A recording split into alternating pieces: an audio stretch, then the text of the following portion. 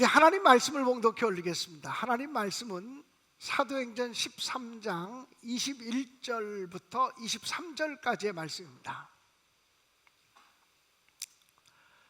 제가 세번역 성경으로 읽어드리겠습니다.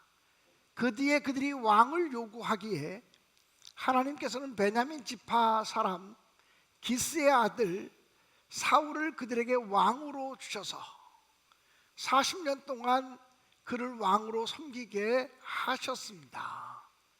그 다음에 하나님께서는 사울을 물리치시고서 다윗을 그들의 왕으로 세우시고 증거하여 말씀하시기를 내가 이새의 아들 다윗을 찾아냈으니 그는 내 마음에 드는 사람이다. 그가 내 뜻을 다 행할 것이다 하셨습니다. 하나님은 약속하신 대로 다윗의 자손 가운데서 구주를 세워 이스라엘에게 보내셨으니 그가 곧 예수입니다. 아멘. 성경에 보면 하나님께서 내 마음에 합한 사람이다, 내 마음에 드는 사람이다, 내 마음에 맞는 사람이다라고 얘기한 사람이 꼭 한 사람 나옵니다. 그 사람이 바로 다윗입니다. 그런데 대한성서공회에서 가장 최근에 번역한 현대어 한글 성경에 보면 그는 내 마음과 같은 마음을 가지고 있는 사람이다, 이렇게 번역을 했습니다. 하나님께서 이새의 아들 다윗을 만나니 그는 내 마음과 같은 마음을 가지고 있는 사람이다, 이렇게 표현했습니다. 사랑하는 여러분, 오늘 우리가 하나님의 일을 하기 위해서 하나님의 일꾼으로 임명받고 귀한 사명을 받는 시간인데, 다윗처럼 하나님의 마음에 합한 사람, 하나님의 마음에 드는 사람, 하나님의 마음에 맞는 사람, 하나님의 마음과 같은 마음을 가지고 하나님을 섬겨나가는 우리 모두가 되어질 수 있기를 주님의 이름으로 간절히 축원합니다. 이스라엘에 사울이라고 하는 왕이 있었지만 하나님이 사울 왕을 폐하시고 이제 다른 왕을 세우려고 하실 때 사무엘 선지자에게 말씀하시기를 이새의 집에 가서 그 집의 아들들 중에서 왕이 될 사람이 있으니 그 사람에게 기름을 부어 왕으로 세우라고 말씀하셨습니다. 그래서 사무엘 선지자가 이새의 집에 가서 당신 내 아들들 가운데 왕이 될 사람이 있으니 아들들을 불러 모아달라고 이야기를 했습니다. 그런데 이새가, 그 아버지 이새가 생각할 때도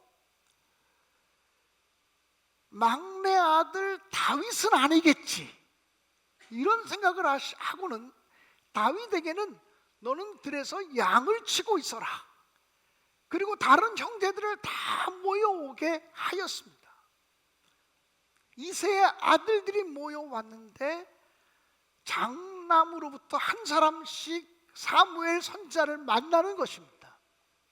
그런데 장남 엘리압이 사무엘 선지자 앞에 딱 서는 순간 사무엘 선지자는 이새의 아들 중에서 이스라엘의 왕이 될 사람을 세우신다면 이런 정도의 사람이겠지, 엘리압은 키도 크고 용모가 아름답고 얼굴이 아주 잘생긴 사람이었다고 성경은 기록하고 있습니다. 그래서 사무엘 선지자도 첫눈에 반해버리고 말았습니다. 급하게 기름병을 열어서 기름을 부으려고 하였습니다. 그때 마음이 더 급해진 분은 하나님이셨습니다. 하나님께서 급하게 사무엘을 말리시며 말씀하셨습니다. 사무엘아, 사무엘아, 나 하나님은 사람과 같지 아니하니 사람은 외모를 보거니와 나 여호와는 중심을 보느니라고 말씀하셨습니다. 그리고 하나님의 마음으로 중심을 보시는 하나님의 시각으로 그 아들들을 만나보니까 왕이 되어질 사람이 한 사람도 없었습니다. 그래서 사무엘 선지자가 다른 아들은 없느냐고 물었더니 지금 들에서 양을 지키고 있는 막내 아들이 있다고 말하는 것입니다. 그래서 막내 아들이 다시 사무엘 선지자 앞으로 불려오게 되었는데 그 아들이 다윗이고, 하나님은 다윗의 중심을 보시고 다윗에게 기름 부어 그를 이스라엘의 왕이 될 사람으로 삼으셨다고 하는 사실이 사무엘상에 기록이 되어져 있습니다. 사랑하는 여러분, 하나님은 외모를 보지 않고, 하나님은 그 사람의 재산이나 그 사람의 능력이나 그 사람의 지위나 그 사람의 지식이나 이런 것들을 보지 아니하시고 중심을 보시고 당신의 일을 맡기신다는 것입니다. 그렇다면 하나님이 보셨던 다윗의 중심은 도대체 어떤 것이었을까요? 우리가 성경을 보면 다윗은 한결같이 여호와 하나님을 신뢰하는 사람이었다고 하는 사실을 발견하게 됩니다. 어린 다윗이 골리앗과 싸움을 하던 때가 있었습니다. 사실은 전쟁하러 군인으로 나갔던 것도 아니고 형들에게, 전쟁터에 나가 있는 형들의 안부를 묻고 형들에게 위문품을 전달하러 갔다가 블레셋의 장군 골리앗이 이스라엘을 모독하고 하나님을 모독하는 말을 하는 것을 듣고 분노해서 내가 나가서 싸우겠다고 이야기하게 됩니다. 처음엔 모든 사람들이 말렸지만 나중에는 사울 왕조차도 말릴 수 없다라고 하는 사실을 알고서 다윗을 전쟁터에 내보냈습니다. 어린 다윗이 전쟁터에 나갔을 때 블레셋의 골리앗 장군은 이렇게 말했습니다. 야, 너는 나를 개로 여기고서 막대기를 들고 나왔느냐? 그때 다윗이 사무엘상 17장에 보면 이렇게 이야기합니다. 너는 칼과 창과 단창으로 내게 나오거니와 나는 만군의 하나님 여호와의 이름, 내가 모욕하고 있는 이스라엘 군대의 하나님의 이름으로 너에게 나간다라고 얘기합니다. 다윗은 자기의 능력을 믿지 않았습니다. 자기가 가지고 있는 무기를 의지하지도 않았습니다. 만군의 하나님 여호와의 이름을 의지하여 나가겠다라고 말했습니다. 그것이야말로 다윗이 한결같이 여호와 하나님을 의지하고 신뢰하는 믿음을 가졌다라고 하는 것입니다. 다윗은 나는 못해도 하나님은 하실 수 있다, 이 믿음을 가지고 평생을 살았던 사람이었습니다. 하나님을 온전히 신뢰하는 다윗의 중심을 보시고 하나님이 그를 택하셨다라고 하는 사실입니다. 요한복음 6장에 보면 예수께서 베세다 광야에서 보리떡 5개와 물고기 2마리를 가지고 5,000명을 먹이고도 12광주리를 거두는 놀라운 기적을 일으키셨습니다. 그 기적을 맛본 다음에 그 다음 날 사람들이 예수를 찾아서 또 몰려오기 시작했습니다. 그들이 예수를 찾아온 이유는 예수님을 통해서 구원을 얻고 예수님을 통해서 생명을 얻으려고 나온 것이 아니었습니다. 예수님을 우리의 임금으로 삼으면 먹고 사는 문제가 해결될 수 있다라고 하는 기대를 가지고 찾아온 것이었습니다. 그래서 예수님은 그들에게 이렇게 말씀하셨습니다. 썩을 양식을 위하여 일하지 말고 썩지 않을 양식을 위해서 일하라. 그랬더니 그 무리 중에 한 사람이 묻기를, 우리가 어떻게 하나님의 일을 하오리이까? 우리가 어떻게 하나님의 일을 하오리이까? 라고 물었습니다. 아마 오늘 새로 직임을 받는 우리들이, 주님 앞에 사명을 받는 우리들이 주님께 묻고 싶은 질문이기도 합니다. 우리가 어떻게 주의 일을 하오리이까? 우리가 어떻게 하나님의 일을 하오리이까? 그때 예수님께서는 요한복음 6장 29절인가요? 아주 분명하게 말씀하셨습니다. 예수께서 대답하여 이르시되 하나님께서 보내신 이를 믿는 것이 하나님의 일이니라. 하나님의 일은 다른 것이 하나님의 일이 아닙니다. 하나님께서 보내신 분을 믿는 것이 하나님의 일을 하는 것입니다. 하나님께서 보내신 분이 누구십니까? 예수님이십니다. 예수님을 잘 믿는 것이 하나님의 일을 가장 크게 하는 것이다라고 하는 사실을 말씀하셨습니다. 예전에 우리 지방 태은교회 담임 목사이셨다가 지금은 광희문교회 담임이 되신 차재일 목사라고 하는 분이 계십니다. 그 차재일 목사님의 어머니가 100살인가 101살인가에 돌아가셨습니다. 우리 교회에서 부목사로 사역하다가 지금 호주에서 사역하고 있는 이교원 목사님이 그 교회에서 수련 목회자로 있었습니다. 그런데 이교원 목사님이 그런 얘기를 해줬어요. 자기가 그 교회 수련 목회자로 있을 때 담임 목사님의 어머님이 99세쯤 되셨었대요. 그런데 꼭 교회에서 만나면 손을 꽉 잡으시면서 전도사님, 예수 잘 믿으세요. 그렇게 말했다는 거예요. 또 부목사님을 만나도 부목사님의 손을 99세가 되신 권사님의 손을 꼭 잡으면서 목사님, 예수 잘 믿으세요. 이렇게 말했다는 거예요. 그런데 100살이 다 돼가는 어르신이 손을 잡으면서 예수 잘 믿으세요라고 하는 그 말이 얼마나 마음을 먹먹하게 하는 울림이었는지 모른다고 이야기를 하셨어요. 사실 사랑하는 여러분, 우리 한 사람 한 사람이 들어야 될 음성이에요. 금년에 우리가 어떻게 주님의 일을 하지? 금년에 우리가 어떻게 하나님의 일을 하지? 이런 질문을 가지고 있는 사람이라면, 아 그래, 금년에 예수 잘 믿어야지. 그 어떤 해보다도 2025년 예수 잘 믿을 거야. 이 고백과 다짐을 할 수 있게 되어지기를 주님의 이름으로 축원합니다. 오늘 신천 권사로 임명받으신 네 분의 권사님이 예수 잘 믿는 권사님이 되시기를 간절히 축복합니다. 오늘 신천 집사로 임명받은 36분의 집사님들이 예수 잘 믿는 집사님들이 되시기를 간절히 바랍니다. 담임 목사인 저가 예수 잘 믿는 목사가 되고 싶습니다. 다른 것이 아니라 예수 잘 믿다가 영광스럽게 하나님 만나는 꿈을 갖고 있습니다. 다윗의 중심이 하나님 보시기에 합당했다는 것은 다윗이 언제나 하나님을 온전히 신뢰하는 사람이었고 하나님을 잘 믿는 사람이었다라고 하는 것입니다. 우리 모두가 그렇게 하나님 잘 믿고 예수님 잘 믿어서 하나님 보시기에 합당한 좋은 일꾼의 자리에 서게 되기를 주님의 이름으로 간절히 축복합니다.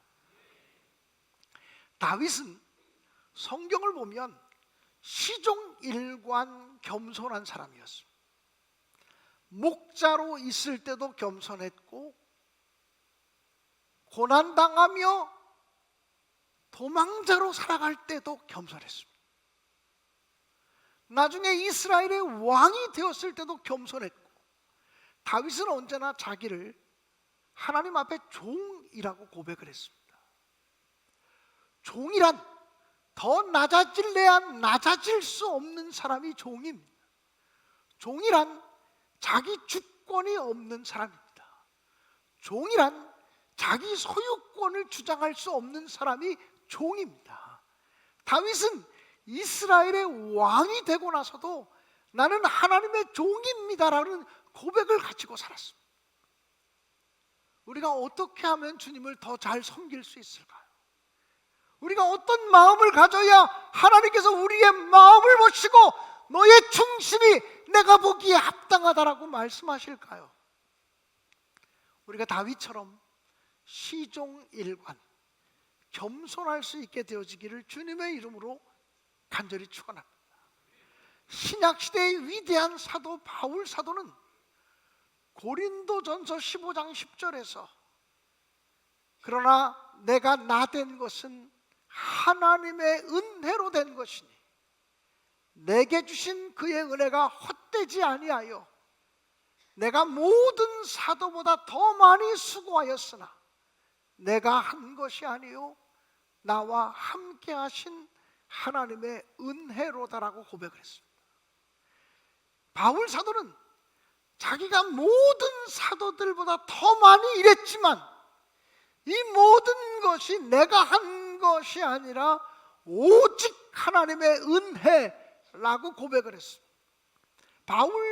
바울 사도는 나는 죄인 중에 괴수로다라고 고백을 했습니다. 바울 사도가 우리보다 더 많은 죄를 지었기 때문에 죄인 중에 괴수라고 말한 것이 아니에요. 바울 사도는 모든 것이 하나님의 은혜임을 알았기에 그리고 지극히 겸손한 사람이었기에 나는 죄인 중에 괴수입니다라는 고백을 가지고 평생을 살았다라고 하는 것입니다. 사랑하는 여러분, 그렇게 겸손함으로 한결같은 겸손함으로 주님을 섬겨나가는 우리 모든 임원들이 되시기를, 모든 성도가 되시기를 주님의 이름으로 간절히 축원합니다. 바울 사도는요, 아니 다윗은요 시종일관 성실한 사람이었습니다. 목자로 섬길 때도 성실했고 또 왕이 되어 섬길 때도 성실했습니다. 여러분, 창세기의 마지막 부분을 보면 족장 요셉에 관한 이야기가 기록이 되어져 있습니다. 요셉도 성실함의 대명사입니다. 자기 집에 있을 때도 성실했고 억울하게 애굽의 종으로 팔렸을 때도 성실했습니다. 보디발 장군의 집에 들어가서도 성실했고 또 온갖 누명을 뒤집어 쓰고 감옥 속에 갇혀 있을 때에도 여전히 성실했습니다. 애굽의 총리 대신이 되었을 때도 성실했습니다. 나중에 원수와 같았던 자기 형제들을 만났을 때에도 내가 당신뿐 아니라 당신의 자녀들을 기르리이다, 하나님 앞에서 어떻게 살아야 되는 것이 성실한지를 알았던 사람이었습니다. 시편 37편 3절에 보면 다윗은 이렇게 고백합니다. 여호와를 의뢰하고 선을 행하라. 땅에 머무는 동안 그의 성실을 먹을거리로 삼을지어다. 다윗은 성실하게 살아가는 것이 나의 삶의 먹을거리다, 내 인생이 살게 되는 것이 바로 성실함이다라고 고백을 했습니다. 사랑하는 여러분, 우리 모두가 다윗처럼 하나님 잘 믿는 사람이 되기를 간절히 바랍니다. 하나님 끝까지 온전하게 신뢰하는 믿음의 사람이 되기 바랍니다. 2025년 그 어떤 해보다도 예수님 잘 믿겠습니다 고백하며 출발하시기를 간절히 바랍니다. 2025년 그 어떤 해보다도 겸손하게 주님을 섬기겠습니다 고백하며 출발하시기 바랍니다. 2025년 그 어떤 해보다도 더 성실하게 주님을 섬기겠습니다 고백하며 출발하시기를 간절히 바랍니다. 우리를 지으신 분도 하나님이십니다. 우리를 보내시는 분도 하나님이십니다. 그리고 우리에게 사명을 맡겨주시는 분도 오직 하나님 한 분이심을 분명히 믿습니다. 우리는 그분의 한량없는 은혜를 감사하면서 주님의 한량없으신 은혜에 보답하는 마음으로 새롭게 임직을 받아 출발했으면 좋겠습니다. 내가 어떤 자리에 있든지 하나님이 여전히 지금도 나를 지으시고 부르시고 보내시는 분이라는 믿음을 가지고 누가 뭐라 그러든 하나님 앞에 진실하겠습니다. 누가 뭐라 그러든 하나님 앞에 부름받은 사명자로 살겠습니다. 은혜에 보답하는 삶을 살겠습니다 고백하며 결단할 수 있기를 간절히 바랍니다.